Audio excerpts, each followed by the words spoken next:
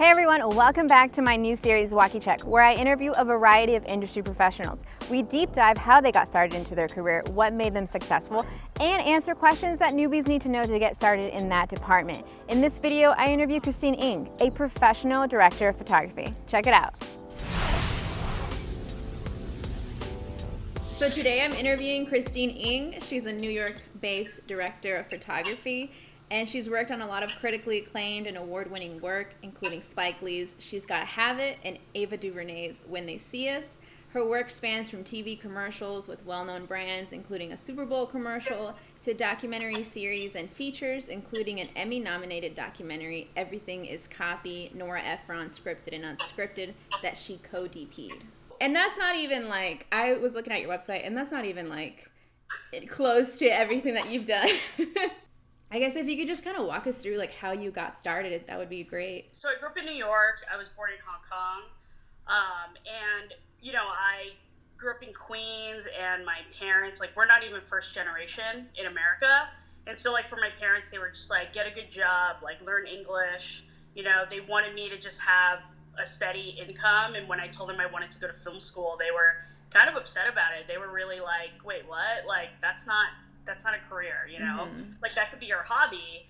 But then I ended up taking a workshop at NYU for high school students, specifically for students in the tri-state area, which is like New York, New Jersey, and Connecticut. And they were trying to find students that maybe wouldn't very easily have access to this kind of filmmaking. So I applied and I got in, and they only took like 15 students, I think. And it was a course that was in the spring. So it was like every Saturday for 6 weeks, we would go to NYU for like 8 hours and have a full intensive day of like learning filmmaking. Wow. So my parents saw that I was super committed to that, and I think I was 16 or 17, but they could tell that I was like super into it and really like going deep on it. And so when I was like, I'm gonna apply to NYU, you know, for film, they were like, okay, like, you know, seeing that you were so committed when you were in high school makes us think that, you know, you're really gonna try and figure out how to make this work. So I'm really thankful. My parents were very supportive in the end. And I'm very lucky I ended up getting into NYU for undergrad film. So I ended up studying there, and you know, I didn't really think about the industry or what that meant or what the expectations were. I also didn't even really think of it as like a male-dominated field when I was in high school, because I didn't know what that was, right? Like, I didn't understand that to be the industry. So going into film school, you know, I was very quickly humbled by the fact that I was just surrounded by a bunch of white guys, which made me feel very uncomfortable. You know, I obviously look different. I'm also a female. It was really quick that, you know, I don't know, I wasn't sure if I was going to continue with filmmaking or what would become of it, because I just felt so out of place, you know? Yeah. When you got started at NYU, did you like already know, I want to do cinematography, this is what I want to focus on? Not really, actually. I mean, I was so intimidated, you know? I was really intimidated when I started. I was still trying to figure out the vibes in the room, you know? But I thought maybe I wanted to be an editor when I started. Because I think through that high school program at NYU, I learned that, like, the story comes together in the edit. From that, I was like, maybe I'll be an editor. But then very quickly, I was like, oh, I don't like being inside and alone and just in front of a computer all day. So then I didn't go down that route. But then I realized, because there's just so many different crafts to learn, I just decided to learn it all. So I took sound classes, I took lighting classes, I took some writing classes, even though I'm not really a writer, but it was like, it's good to know these things, you know? And like, I think the NYU curriculum and the way the program works, it's really what you make of it. So if you're super introverted and you're very shy, you might not be on as many sets as someone who is as extroverted or just outgoing, because it's really ultimately, and it's something we say all the time now in the industry, it's like, it's all about your network, right? So at NYU, I was just like, let me just try and meet more people. Let me just try and work on a film every weekend. You know, one week I'll hold the boom. The next week I'll be the gaffer. Then the week after that, I'll be the first AC. And so I kept just trying to practice my craft every single day and just improve upon every project. And so by senior year, I was like, oh, maybe I'll be a DP. But even then, it was like, in my class, there were maybe like 3 or 4 women who actually said I want to be a DP, and that wasn't me. Because I was like, oh no, like, I took a cinematography class, and it was just a bunch of white dudes. Yeah. So how does that affect you? Like, you've obviously been in the industry for a while. How is, being a woman of color challenged you, or, what has that been like? There's definitely been a huge shift in the last 3 years. I would say, like, real shift where now people are acknowledging that women deserve a place in the room too. And that it's hard because obviously on the super big level stuff, that still takes a lot of time. There's a lot of people, red tape. But on the non-union level, I feel like there's a lot more directors and producers saying, I want a female DP. And now it's, I want a female DP that's of color. So I feel like every time it's just another thing, and that's great. And I think it's all about inclusion. And I'm also not saying that, like, white men shouldn't have jobs. I just think, we should all have the opportunity to tell stories that we can relate to. We have to acknowledge what the story is and really honor that, but also lift each other up while we do it. Yeah. And it was hard. Yeah. I don't know. I also feel like there's, like, barriers of entry a lot of times when it comes to people of color, just like whether you have the resources to go to LA or New York and work at a really low paying job and work your way up, or have the resources to go to film school. I feel like there's always a lot of barriers that kind of keep the status quo. Speaking of, like, going to film school, do you feel now that you've had a lot of experience outside of film school that it was necessary, or was something that you really would recommend people do? It's tricky because I feel like, a lot of people go to college because that's, like, the next step, right? It's just like you've been so accustomed to, like, 4 to 5 year pods of education that when you're 17, 18, you're like, okay, well, clearly I'm just going to go to college, right? And I don't know if that's really what you need to do in the industry right now. I mean, I would say that the great thing about technology right now is that there's so many filmmakers who are coming out. They're like 18 and they already know how to shoot. Like, they already know how to shoot, right? I'm not saying they've been on a huge set, but they already have, like, the means to express themselves through a camera. There's so many ways to have access to filmmaking that's not the traditional film school route, that film school does feel outdated in that way. But, one thing, again, it comes back to network, right? Like, the friends and the community I met at NYU when I was super young, a lot of them are still my friends. And, some of them have come and gone from the industry, but I think it's ultimately about the community you're with. So if you're in a city where there is filmmaking available, and now with Instagram, it's like you can really reach out to anybody, right? I mean, it's like, will they read it and will they call you back? Maybe not, but you actually do have the means to, like, directly have contact with someone you admire. And I think given that tool, who knows, maybe they're looking for interns, like, there's such a great movement right now of people who are in the industry who want to foster young talent, that it's like, it doesn't hurt to just reach out and be like, hey, I love this thing that you did. I really want to learn more about your process. And, if someone has the time and they happen to read it, they might meet up with you and, like, or I guess, I don't know how to meet up physically with someone during these times, but I guess maybe they'll Zoom with you, or maybe just via DM you can still, chat with them and learn more about their process. And maybe one day when we're all working, regularly again, maybe they'll invite you to set, and then that's really where doors open, right? Like, the first time I was on a professional set, and I mean that by getting paid and working with people whose names I've seen in the credits. I think that counts as the first professional set. I was a PA, And, I was doing things like setting up chairs for catering, or like changing the trash bag, or like putting water in the coolers. Like, I wasn't doing anything creative, but I was literally at the same spot as, like, I was a PA, and I remember Ellen Curtis was DPing this commercial. And Ellen Curtis has shot, Eternal Sunshine of the Spotless Mind. That is one of my favorite movies, and she is a female DP.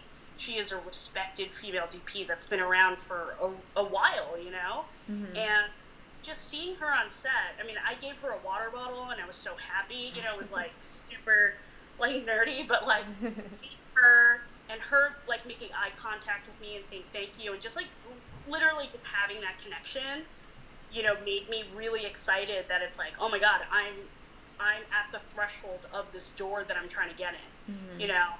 and that's so powerful. Like, literally just being able to be in the same room with these amazing people that you've admired for years. How did you get that opportunity? So I was at NYU, and my friend was interning at this production company, and he's like, oh, so, one of our mutual friends was supposed to show up for the interview to be an intern, Mm-hmm. and never showed up. And then they were asking about that person, and he's like, oh, I feel really bad because now they think I'm flaky because this person's flaky. Mm-hmm. And I was like, okay, if they ask you again, just tell them you have another friend that wants to come, and I'll just go. Like, I'll just show up, and I'll do the interview, because why not? I need an internship. I'll work there. So I went in for this internship, and I got the internship, and it was with Park Pictures, which is a really, like, incredible, successful production company that does, at that point, only commercials, but now they've done features and docs and so much work at Sundance and just, like, great festivals all over the world.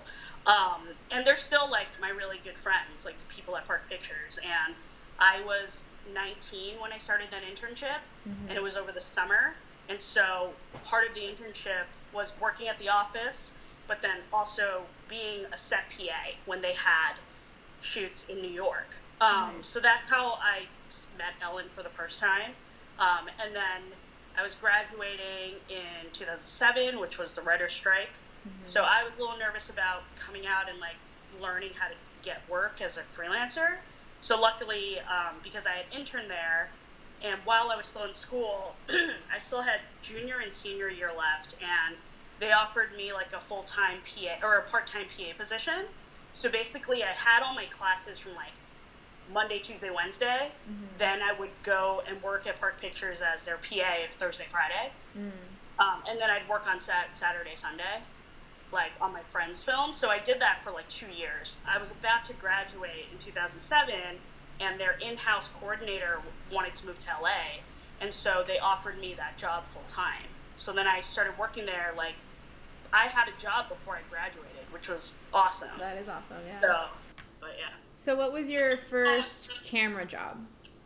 I don't know if I remember the first one, but, like, one of the big ones that really influenced kind of my career and the trajectory of my career was when I left Park. One of the freelance production managers told me that she was going to go produce her first narrative feature. Mm-hmm. And she had mostly worked in the commercial world, so she was a little nervous about doing a long form narrative.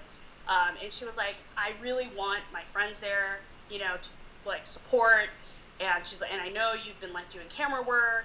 And at that point, I had probably been, like, second ACing and first ACing on non-union stuff. Mm-hmm. And so she asked me to pull focus on it, so to be the first AC. And she's like, we're going to have a camera test, come meet the DP.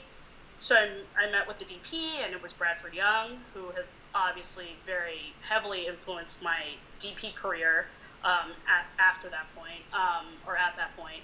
But he and I just had this incredible chemistry, and I could tell he was just such an amazing, not just, like, DP, but just, like, a great spirit, mm-hmm. and someone who lifts others up and fosters, like, positive energy.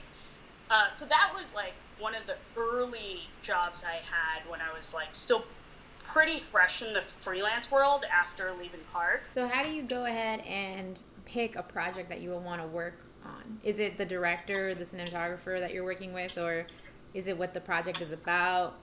I would say a lot of times for me, it's like scheduling. Oh yeah.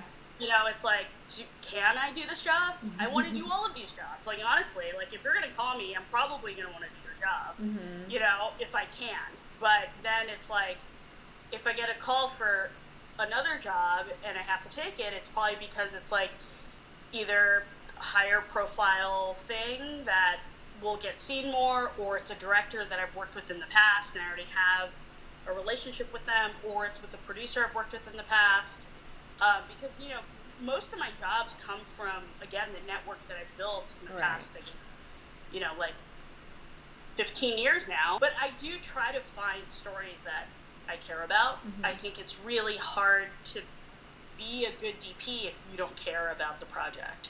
For sure. And so I'm very lucky in that a lot of the projects that I get involved in are actually things that I am so interested in. Especially with documentary, it's like, I have to work on this for maybe years, right? So you really want it to be something that you care about, and a character that you like, or a story, a subject matter that needs a voice, that really needs to be seen. And then for the narrative stuff, like, I'm super choosy about the narrative stuff, because that, and when it's not union, and when it's like small and it's like just someone's short film, if I have to call in all my favors because there's no money, it's something I know I have to be passionate about. Mm-hmm. So with narrative, it really comes down to the story. But when I was talking more like if I were DPing something, but there are times when I operate, right? So I operated on She's Gotta Have It with Spike Lee, and When They See Us with Bradford and Ava. Mm-hmm. You know, when I got the call for She's Gotta Have It, the DP on that is Daniel Patterson, who's someone I met at NYU. Mm-hmm. He's someone who was at NYU grad film, and I just responded to like an internal like message board thing that we have at NYU for filmmakers, Mm-hmm. and they needed a first AC like over Christmas break, and I responded to it, and you know, working with him on that in 2005, he called me in 2013. Wow. Or no, 2015, and was like, hey, I'm working on this thing with Spike. You want to work on it? And I was like, yeah, cool. You know, so then I became the A camera operator. And those are opportunities that, even though I'm not the DP, it's not really about that. You know, it's about, like, I get to learn at a level that I haven't learned. And also, I get to watch someone I know, a friend of mine, like, just do his thing and be there to support him. And then when Brad called me about When They See Us, like, I mean, Central Park 5, the Central Park 5, you know, that's like a story that, you know, I was super young when it happened, but it's a story that is really famous in New York. Mm-hmm. And I also know, like, Brad and Ava, they're going to tell, to me, they're going to tell the real story. You know, they're going to tell the story that should have been, you know, the story that was told many years ago. I mean, honestly, it shouldn't have even happened. It shouldn't have even been an event that happened that would allow us to tell a story like this now. But I knew that that project was going to be incredible. And it was. I mean, it was really, really cool. And obviously my relationship with Brad, like, he was the one who gave me, who like put a camera in my hand and said, you should be a DP. Like, why are you pulling focus? You should go out and shoot. You know, and he's always been the one that's just like pushing me further and supporting me and giving me the space to do it. That's and awesome. Giving me the platform to do it, you know? Do you feel like New York is a good place for someone that wants to get started? Or how do you feel about that environment? I do. I think New York, and like you said, like when you look at my work, it's like kind of like a little bit of everything. And I think in New York, the filmmaker circle is just so diverse and so vibrant, and there's just so many different projects like all the time, and somehow everyone kind of knows each other. And like I think LA is like, and it goes with geography, right? Like LA is just so sprawled out that I think it's really hard to just kind of be at the right place at the right time all the time. Whereas like in New York, I mean, not during COVID times, but like normally in New York, when I'm just like walking around, I'll see like 3 or 4 people I know like all the time. Right. You know, and it's just like, it's so easy to, I think, just know what everyone's up to. I feel like proximity is so important, but there is a lot going on out here, and I think there's just more like diverse projects and levels of production too. Mm-hmm. So there's always going to be like the huge big movies that come through and the big shows that come through, but there's always going to be those same people who are technicians who are also directors. So on the side, they're going to make their own thing, and then I might be the one to shoot that, you know, and then it's just like, it's like all the worlds kind of like overlap here mm-hmm. more, I think, and everyone, I would say that New Yorkers work more than people in LA. Mm-hmm. I think just from, at least from my circle, it just seems like there's more of a hustle mentality. Yeah, or it's like people go from like one super long job to like, they're like, oh, next week I'm starting this new movie, and you're like, how did you even like know about that, you know? Right. But in LA, it's like, oh, I worked for 6 months, I'm going on vacation for 6 months. You know what I mean? It's like, so for someone that's like just getting started, you know, maybe they did or didn't go to film school and they're moving to New York, what's something that you think like is crucial for them to do or know?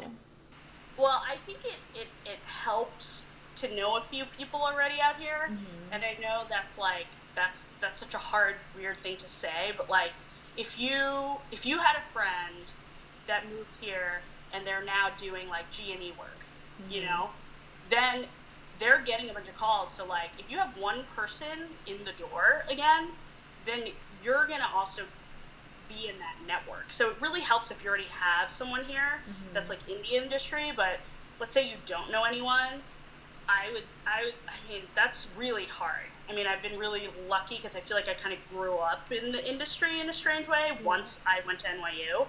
But if you're just starting out, I mean, I would reach out to a rental shop. You know, like if you know you're interested, if you want to be a DP, you should call like a camera rental house and maybe work there for a few months, or work at a G&E house, work there for a few months, because again, those are the places where freelancers come through mm-hmm. and you're gaining knowledge, not just on equipment, but you're also gaining contacts. And if you are someone who's like an amazing prep tech at a camera house or at a G&E place, the freelancers who come through are going to be like, oh, that kid is awesome. Like, when you go freelance, let me know, because I'll hire you to be like the fourth grip, or I'll hire you to be the camera PA, and then you're in, and that's it, right? And then after that, it's just like, you got to work hard, and you got to prove that the opportunity they gave you is worthwhile, and that you deserve that. And, you know, I would say, like, you have to be humble, you know, you can't be a know-it-all. People in New York do not like that. You will be off everyone's list like very quickly. So be humble, you know, be thankful, be grateful, and always ask questions. Like whenever I have someone who DMs me and say, hey, like, how did you do that? Or like, hey, do you need a camera PA? I try to meet up with them for coffee, or I used to meet up with them for coffee, and I ask them like what they're interested in, and maybe I'm not the right person to be their like mentor, or even, you know, but I'll connect them with people who I think will help them. Mm-hmm. And that's ultimately what it is. Like, don't be afraid to reach out first and say, hey, I need help, or like, hey, I love your work. And I always say, like, if you're on set with me and I don't know you, but you want to know about camera department, just ask me. Like, I might look busy, and I probably am busy, but I will acknowledge that you asked me a question, and I'll try my best to answer your question in the way that I can, or I'll say, hey, you know, like, it's really crazy right now, but like, shoot me an email, let's try and get coffee next week, and we can talk about the set we were just on together. You know, like, mm-hmm. I really think that as a filmmaker, as a POC female filmmaker, I really need to help people who don't know, and give them the space to learn and not be judgmental about it. Mm-hmm. And not be too like overprotective about like my job, you know, like, no, right. I can't teach you because it's my job. But it's like, there are enough jobs for everybody. Not right now because of COVID, but like normal times, you know, it's like, if someone calls me and they're like, hey, I have this, and I don't know them, and I have this short film, I don't have any money, but I really want to get this done, and if I think it's a good film, I might recommend, you know, one of my ACs who's been trying to shoot. because maybe this is their opportunity to showcase their work as an EP, because they haven't had that opportunity. So it's about like finding people who are also looking for opportunities and help them like just find it together, because again, it's all about community, and it's all about like rising up together. And without all my peers and all the people who have supported me when I was super young and invited me to their sets, I wouldn't have met so many people who have influenced my life. Yeah. You know, today. So For sure. I love that. Is there anything like, as far as like technical skills, like resources or anything online that you think people should look at? I mean, obviously everyone should watch your show and see all the other people you've interviewed, but there's also so many resources like that now. Like I know Roger Deakins, who shot Blade Runner in 1917, like incredible creative guy. He started a podcast. Like, listen to him speak about all the different things that are part of his job or part of the thing that created him and influenced his decisions. I think it's like such a great time just to kind of dive into that. There's a new, like, I mean, they have an Instagram account. I think they have a website now, but Film Roundtable. It started by a really great producer in New York, Aaron Weil, and another producer, filmmaker, Maria Prieto, who's actually Rodrigo Prieto's daughter, who's this also another amazing DP. They basically started a Zoom series where they invite kind of legendary people to talk about their craft. I mean, this is the time to kind of dive into that stuff, you know? I've also been told that the Society of Camera Operators, SOC, if you join in their membership, apparently during this time they created all these tutorials and videos about like different gimbals, different cranes, different, you know, stabilized heads, like remote heads, all the technology that always felt like it was like, where do you learn this? Right. I mean, it's all right there, you know? So there's so many resources now. And I think it's literally just like, just Google what you're interested in and like somehow you're going to find it. But right now during COVID, everyone is creating something that is about information and it's about creating opportunities. So this is really the best time to go out and just like find this stuff. Well, thank you so much for your time. I feel like you really deep dived into your career, and I really appreciate your time. Of course, yeah. Thanks for having me, and thanks for doing this. I hope a lot of people know about it, and it's a really kind thing, a kind, considerate thing that you're doing, creating this kind of content to educate people who are interested and don't know where to start, you know? Thank you, yeah, that's the goal. Thank you guys so much for watching. If you like this series and you want to see more, please click that like and subscribe. I will see you guys next time.